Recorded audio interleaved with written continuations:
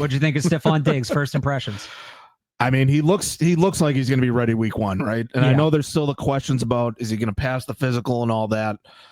Based on like the reporting about that, the people that like the national reporters that have dug in on it, like it sounds like he's gonna pass the physical. It's really just it's a formality at this point, and maybe they're waiting to see if there's another boat incident or something like that. Like that, I know like they're not gonna cut him over the boat thing. But what if something else comes up? Like, what if something worse happens? Like, I go back to when they had Antonio Brown. Like, he only lasted 11 days here. And, like, I don't think they were expecting that whole thing that happened. Like, I forget exactly what happened. He went on some kind of tirade, sending menacing text to someone. Yeah, there was social media. There was like a real legal. That was different. There was like it was harassment or something. That's what I'm saying. But like, what if something like that comes up? And I'm not saying that's going to happen. Stefon Diggs feels like he has more of a head on his shoulders than Antonio Brown. Yeah, at that point in his career. But I'm just saying maybe they're holding out as long as they can with that. But I feel like once it comes time to do the physical, like he's going to pass the physical, and he looks good out there from what we've seen. Like, and he took part in a couple of team drills, lighter drills. Like they weren't competitive physical. It was more of a walkthrough type thing. But they are starting to work him in there. He caught a couple of balls from May, and so like it feels like he will be ready for week 1 as long as stays on the tracks and everything goes smoothly off the field. Like as long as that stays true, like I think he's going to be ready to go. Well, I wonder if the physical in question, because he said the other day like he took a sort of physical, but it wasn't that physical. Yeah, he sounded like he didn't really know. It was like I think it was a physical, but I'm not sure. So or maybe he just didn't want to say it. So that's possible, or maybe the physical that he took when he signed was the Patriots looking at his knee. Right. And all right, where's his knee at? Do we want, like, if we sign him, is he going to hold up? And I wonder if this last physical, and this is just me guessing, is him being cleared, is him being, given the green light to fully participate. And because it would make sense that they want to make sure he clears that benchmark, because if he has some sort of setback and now suddenly he can't play, you don't want to be on the hook for that money, right? Yeah, no, of course. But like, it feels like he's as close as you can get without being actually fully cleared, right? Yeah, he's right on the precipice. Clearly, there's something. Maybe it was Giardi. Somebody had. I think I saw somebody put like an 80% number out there or something. I might be imagining that, but like, it didn't feel so ridiculous. Is he cleared at the start of camp? I don't know. Maybe he should be cleared by week 1. Just looking at him, it feels like that. I know I was on with Evan Lazar earlier. He pointed out that like maybe the muscle isn't fully back in that leg yet. Like his 2 legs look different.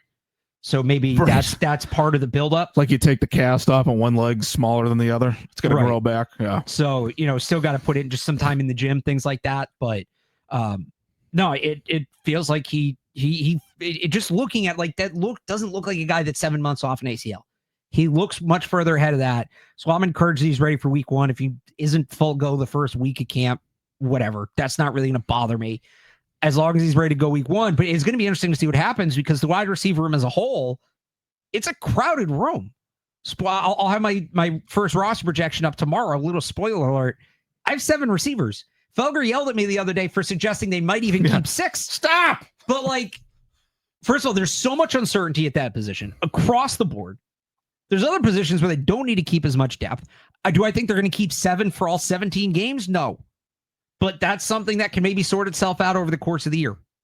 So I'm not sure I don't know about 7 receivers, but like, this is where I think it's a bit of a misconception about this group, Barth, is that it's not like they're all bums. Like these guys could all make an NFL roster. Like if they cut Keyshawn, well, yeah, I'm not talking about the undrafted. There's 1 or 2 drafted guys that might not be NFL players. Well, Demir Blankham. See, I'm not even talking about that. But I'm not either. But like, obviously Diggs. Yeah. Bourne, Pop Douglas, Keyshawn Boutte, Jalen Polk, Javon Baker. Like, I feel like some of those guys get cut, they're going to have another opportunity. They're not going to be out of the league, I don't think. Baker, I wonder. Maybe Baker. And like, when I say not another opportunity, he could end up on like a practice squad somewhere. But you have to understand, I'm agreeing with you having 7 receivers because they're all at least like serviceable, I think, NFL caliber receivers. Yeah, no, they. That's the thing. I think there are 7, maybe 8 NFL caliber receivers on the roster. Any of them wide receiver 1s? No. Well, Diggs if he's fully healthy, but again, he comes with a question mark.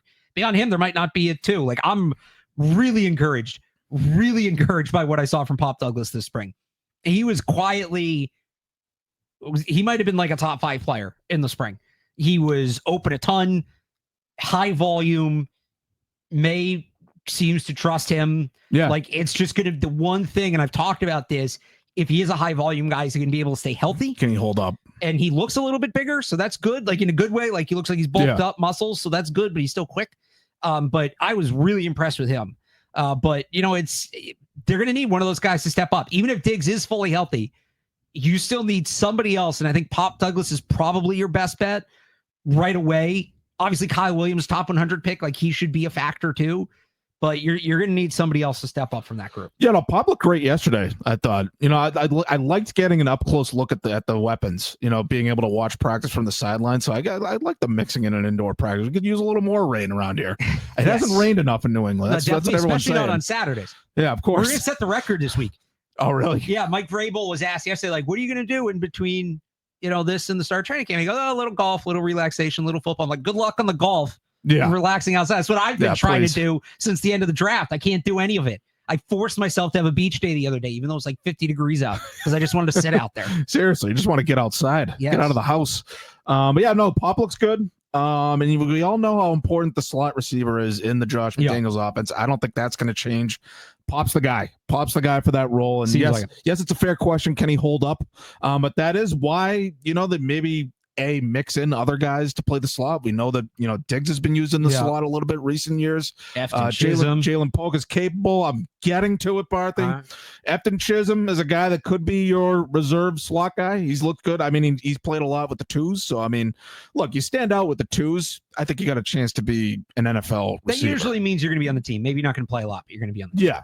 And so, like, they probably do need to have a plan B, backup plan, that sort of thing, or maybe find a way to sort of, you know, not overload Demario Douglas too much in terms of his overall workload and snap count and all that. But in terms of that drive starter, guy that can turn a short catch into a big gain, feels like he's going to be utilized a lot in that key slot role. And like, I know Drake May can make big plays down the field. He's going to want to make big plays down the field, but just to have a guy like Pop Douglas, you can give him a little 5-6 yard catch to get a drive going. Like that's going to be huge. That's something they didn't really have last year. They haven't had it for a few years, really.